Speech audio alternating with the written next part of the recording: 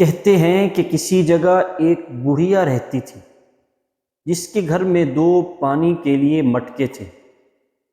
روزانہ وہ دونوں مٹکے ایک لکڑی پر باندھ کر اپنے کندھے پر رکھتی اور قریبی نہر سے پانی بھر کر لاتی تھی۔ ان دو مٹکوں میں سے ایک تو ٹھیک تھا مگر دوسرا کچھ ٹوٹا ہوا تھا۔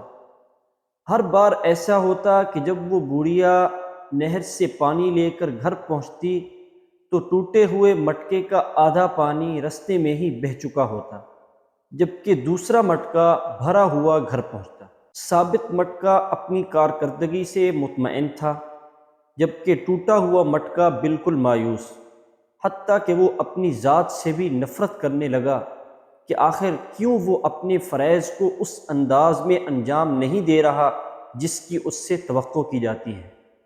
آخر کار اس نے ایک دن بوڑھیا سے کہا کہ میں اپنی اس معذوری کی وجہ سے شرمندہ ہوں کہ جو پانی تم اتنی مشقت سے بھر کر لاتی ہو، صرف میرے ٹوٹا ہوا ہونے کی وجہ سے اس میں سے اکثر پانی رستے میں ہی بہہ جاتا ہے۔ مٹکے کی بات سن کر بوڑھیا ہنس پڑی اور کہنے لگی، تم یہ نہیں دیکھتے کہ جس طرف میں تم کو اٹھا کر لاتی ہوں ادھر تو پھولوں کے پودے ہی پودے لگے ہوئے ہیں، جبکہ دوسری طرف کچھ بھی نہیں اگا ہوا، اور مجھے اس پانی کا پورا پتہ ہے جو تمہارے ٹوٹا ہوا ہونے کی وجہ سے رستے میں گرتا ہے۔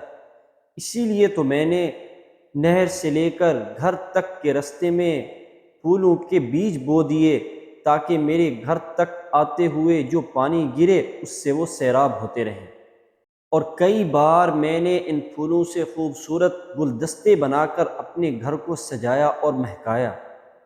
اگر تم نہ ہوتے تو یہ بہار میں کبھی نہ دیکھ پاتی جو مجھے تمہارے دم سے نظر آ رہی ہے۔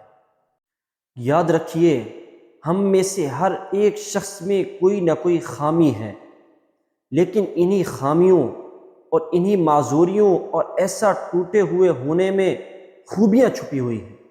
اس لیے ہمیں چاہیے کہ ہم ایک دوسرے کو انہی خامیوں کے ساتھ قبول کریں اور ان خوبیوں کو اجاگر کریں جو ان خامیوں کے اندر چھپی ہوئی ہیں۔ معذور افراد بھی معاشرے کا حصہ ہوتے ہیں اور اپنی معذوری کے ساتھ ہی معاشرے میں مفید کردار ادا کر سکتے ہیں۔ اس لیے ہمیں ایک دوسرے کو اس طرح قبول کرنا ہے کہ ہماری خوبیاں ہماری خامیوں پر پردہ ڈال رہی ہیں۔ جزاکم اللہ۔ اگر ویڈیو اچھی لگی ہے تو لائک کر دیں، شیئر کر دیں۔